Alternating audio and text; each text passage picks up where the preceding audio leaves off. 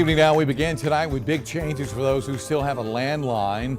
Tuesday set a critical deadline for telephone providers. They were ordered by the FCC to begin using new technology to help identify unwanted calls. News 19's Alicia Nieves tells us more. The real need for that was it's so easy to spoof phone calls. The FCC is cracking down on scammers who illegally use numbers with bad intentions. A scammer will actually copy somebody's phone number, whether it's a government agency or another business or just some random person. To help block unwanted calls to consumers, the FCC is requiring phone companies to use a technology called STIR/SHAKEN.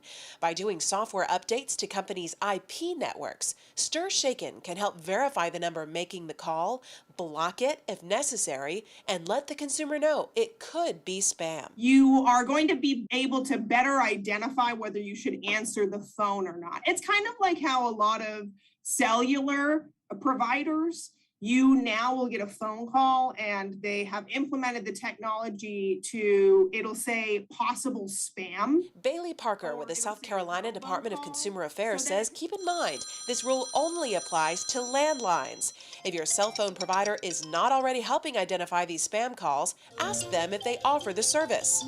The deadline for large companies to begin using this technology was Tuesday. The FCC says so far 4,800 phone companies have implemented STIR/SHAKEN, including all of the nation's largest carriers. And if you're wondering, You're unfortunately not going to get fewer calls. robocalls and text messages from numbers you don't recognize are still running rampant, and you're encouraged to report them to the state's Department of Consumer Affairs. Those text messages you are receiving will continue to come, and they are becoming a lot more prevalent because it is very easy to send text messages, even easier than making phone calls. Alicia Nieves, News 19, WLTX. And tonight, the FCC says calls from providers not using this new technology must now be blocked from domestic phone networks.